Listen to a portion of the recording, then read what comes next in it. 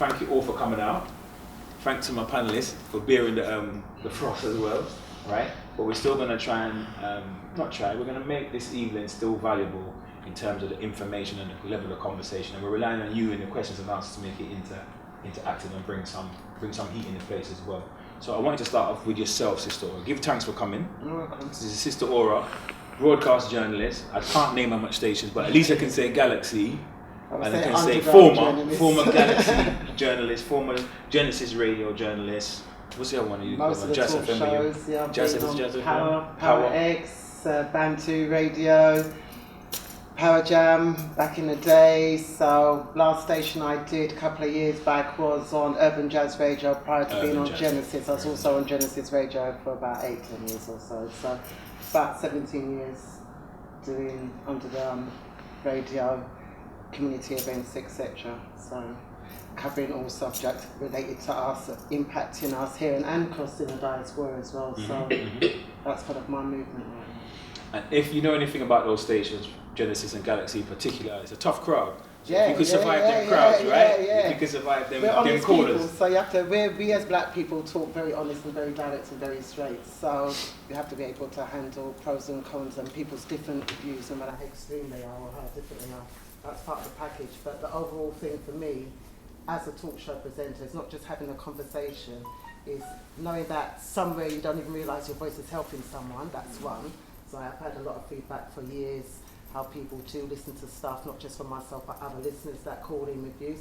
People are getting what they need from that, and they are getting educated, and they are getting learning, and it's networking. That's our key thing, the networking, the contacts, where to go, who do I talk to regarding my child, my daughter, my whatever. So our community radio stations are very powerful, despite the fact that we still have a fight over 30, 40 years down the road. We don't have a legalised station. So on the FM dial, so you know the clue about it being on TuneIn Radio and any other sources. Most of the ones on the FM dial, if you notice, they always say www.subby.co.uk. That is because we get constant challenges from DTI. So as much as the listeners enjoy, we have to do with a lot of politics behind to keep a community station going for our community. So there's a lot of fighting, a lot of work's gone to clear, whether it's music stations or any other stations. Behind the scenes, it's constant fights with the system for us to have our own voice and our own platforms. Particularly about in terms of our own voice as well, because I noticed some years ago when when BBC was putting out, I say, Asian radio and then BBC One Extra, but the one that was kind of catered towards the black market was music. Exactly. And then the one that was catered towards the Asian community was business news, analysis, conversation, and social development, things of that nature. So it's a kind of different approach. So we've had to be underground and create our own platforms. So let's jump into the portion of your portion. I want to ask you, because you're on the ground, so to speak, right? And people approach you in the community, right, on a grassroots level in terms of relationship. This is a symposium, the Black Love Symposium. So from a relationship point of view, you meet a lot of people that may come and either offload. You might not be a therapist or a counsellor, but you'll end up counselling and giving people, offering people therapy and everything like that. So what's the kind of word on the wire in terms of the state of our peoples, right? In terms of the romantic dynamics, that's what's common themes. Tell us some common themes. Everybody knows black relationships are very dynamic, very complicated for us. It's complicated because we as black women, different age groups, different generations, have different needs, and it's also complicated because our brothers at different places, at different ages, and at different generations. Generally the same types of issues, but different types of experiences. So I get young people, and I work a lot with young people, whether it's young males, young females, family situation, criminal situation. I've got that kind of like both dynamics. So whether it's young people or older people, it's really about how healthy are you. For me, it's about how healthy are you as an individual. How healthy are you having social friendships? How healthy are you having relationships with direct one-to-one relationships? Generally, for me, I find that we're people. We have problems. We've got traumas that we haven't dealt with, we've got traumas that we have dealt with. I find in order to have a healthy relationship, I think you need to be in a healthy place. So that is about doing a lot of work on oneself, and that's the hardest journey for people to do. It's about honesty with yourself, what you like about yourself, what you don't like about yourself, what you're prepared to put up with when you start a new relationship, what you're not prepared to put up with when you start a new relationship. It is about dealing with yourself. We've all got our ideals of what Mr. Right or Mr. Compatible may be, but you've also got to be, as a woman, in your own place for that. We're very complicated women. We change often because we're constantly growing, which sometimes is a bit of challenging for men, because women constantly, most women do a constant evaluation of ourselves. We've been through the divorce, we've been through the baby father thing, we're constantly having to deal with these things. So when we mature to a certain level, pretty much clear about what we do want and what we don't want when it comes to direct relationships. What we want around our children, what we don't want around our children. A lot of black women of my age group, 50 plus, we spend a lot of time on our own because we've grown up children. What's that about? What's that? The nest, empty nest syndrome? The children gone? And you can go through that. I'm a fan of loneliness is good because I'm a soloist. I like my space. I like my loneliness, and it's not loneliness because I'm unhappy in my loneliness. I like my space, and that's also come about for me personally because of not being in a relationship for so long. That tends to you get comfortable in your zone. So for me as a mum, I've got one daughter, she's 30 years old. I've lived with her husband, my ex-husband. I haven't lived with no one else as a relationship, in-house relationship. I've become very comfortable in my time and my space and my zone, and it's helped me to kind of heal me, grow me, do the things I need to do to heal me. Now I've got to deal with the other dynamics, which is currently the dynamics of the path I'm walking out, ready to go back into a relationship role. How do you do that when you've spent a lot of time dealing with you and you are in a different place from where you were before, and what you're looking at and what you're seeking may be totally different from when you started that journey to where you are now. So it's all about what are your choices? What are you seeking? What is your attraction? Is he or isn't she out there?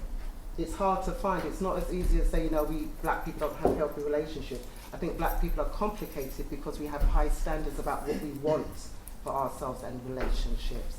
And it's not so easy to find out there because people are in different places, especially our brothers. Our brothers are completely... Where are the brothers? The brothers in a completely different... Maybe they're not even here anymore, you know what I mean? They're in a completely different place.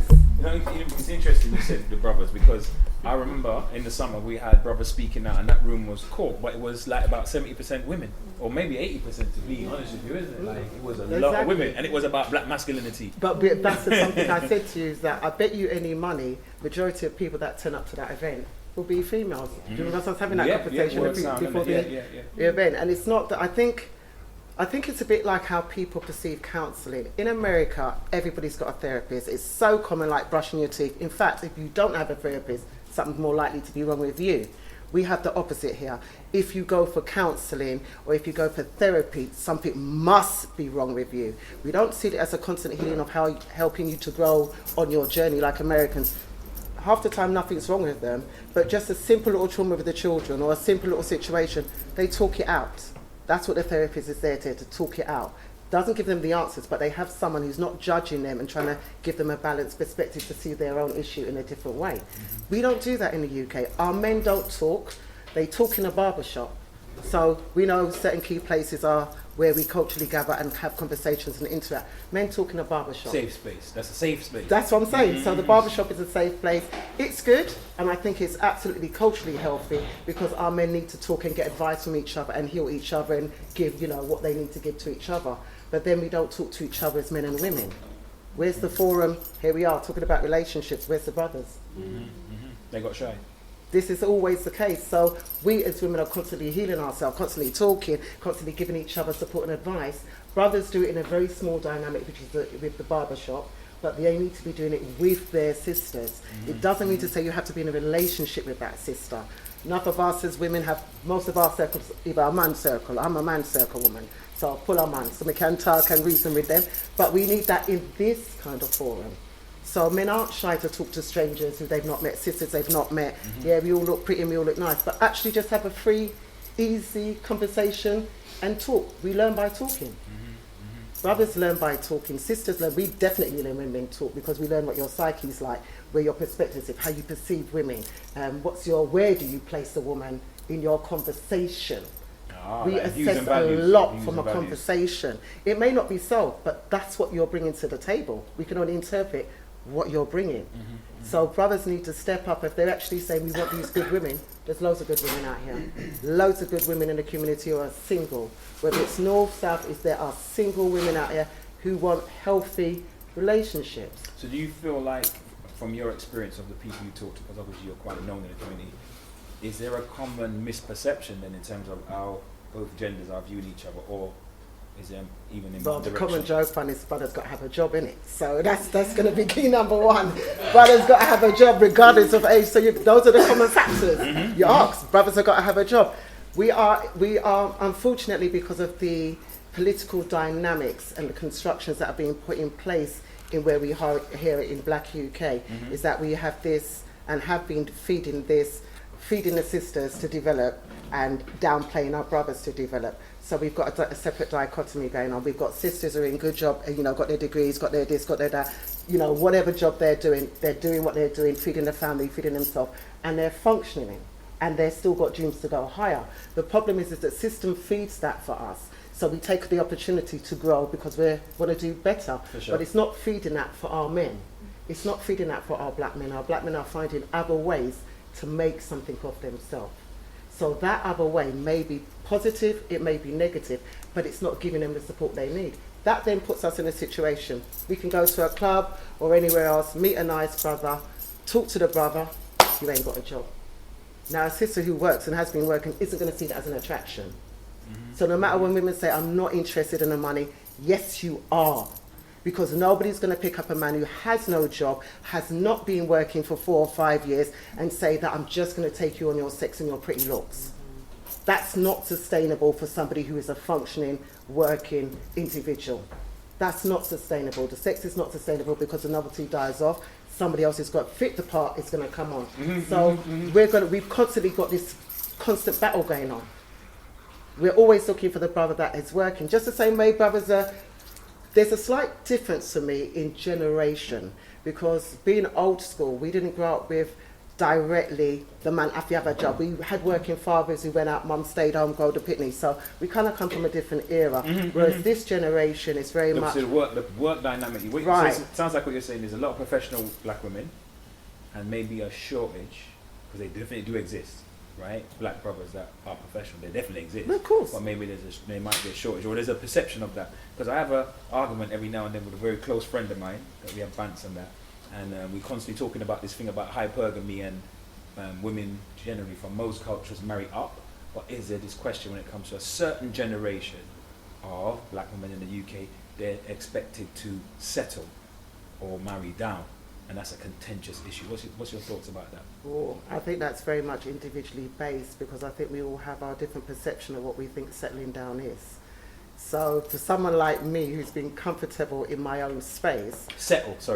You know, like settle, like in other words, I would prefer this, but okay, yeah, you do. Some people do, because it depends on what you're needed. If you are a needy individual, doesn't matter if you're male or female, and you like constant companionship, you will bump into people that you believe are going to give you that.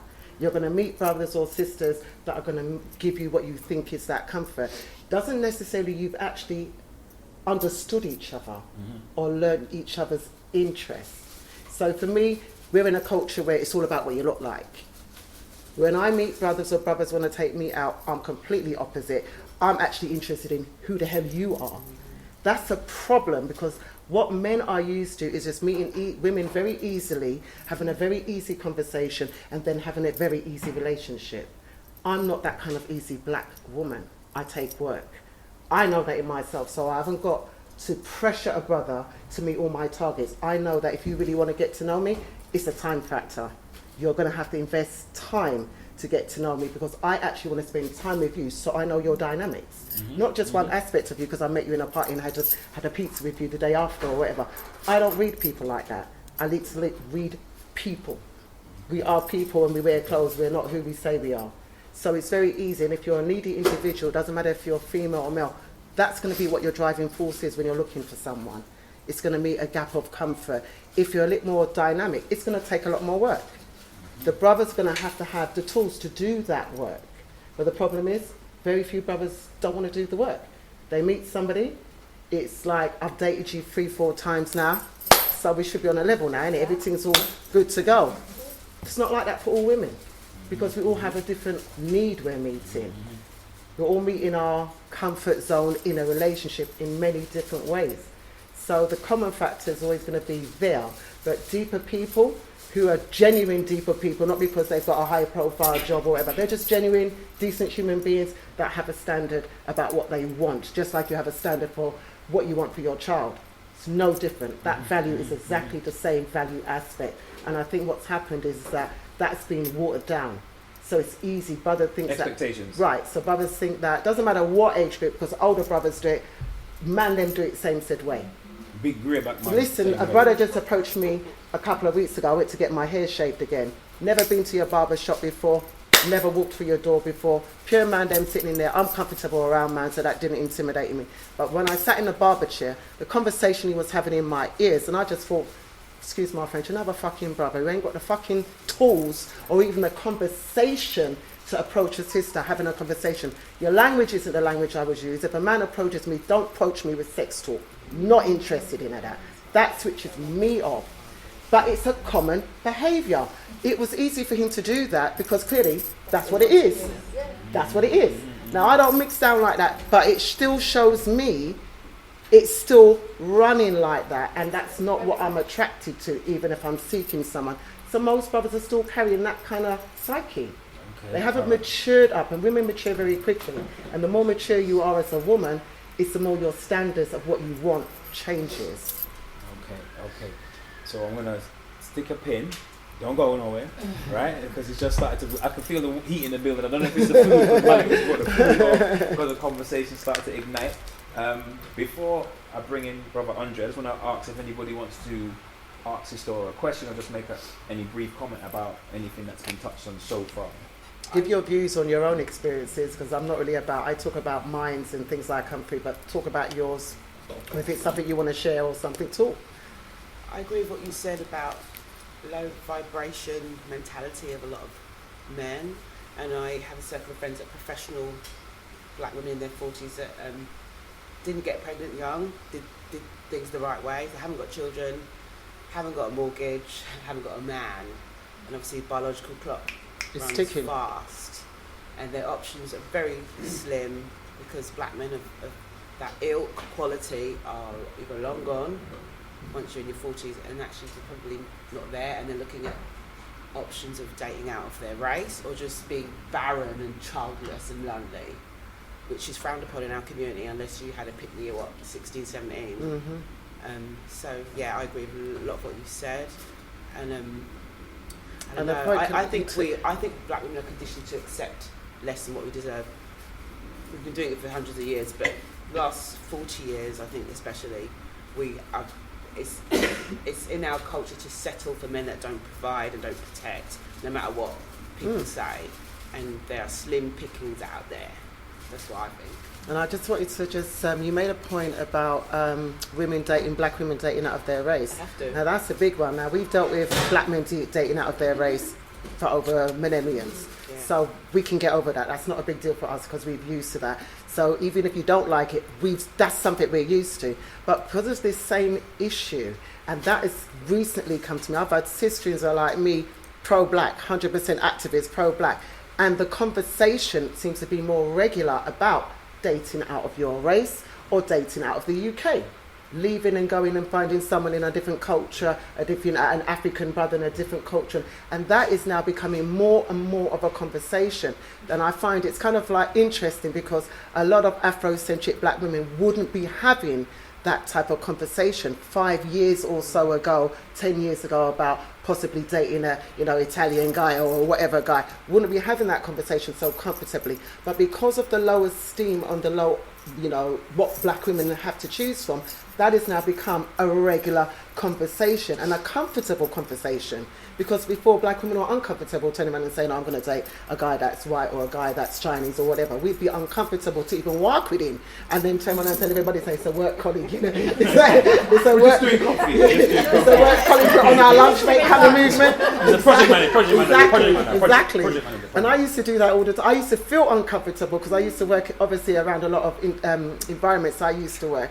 I work with white guys all the time and we work shift patterns. So if we go to lunch together, before I know it, somebody thinks I'm dating them or they're dating me. So we used to be very uncomfortable with that. Now that's more of an open conversation. And I think that the more often we are going to see women dating out of their race, I think it will be more interesting to see how brothers respond to that.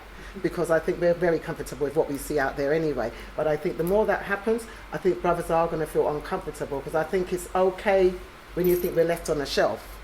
But it doesn't matter who's we're being picked up and we are crystal-looking black women, and these other cultured women are walking with these pretty might push a nerve, it might push a it nerve. might do. So you've got, that is, I wanted just to pick up on your point on that, because that is something that is going on at the moment. A lot of sisters in particular are having this conversation more regularly because they're not able to find brothers that they think should be brothers. Okay, all right.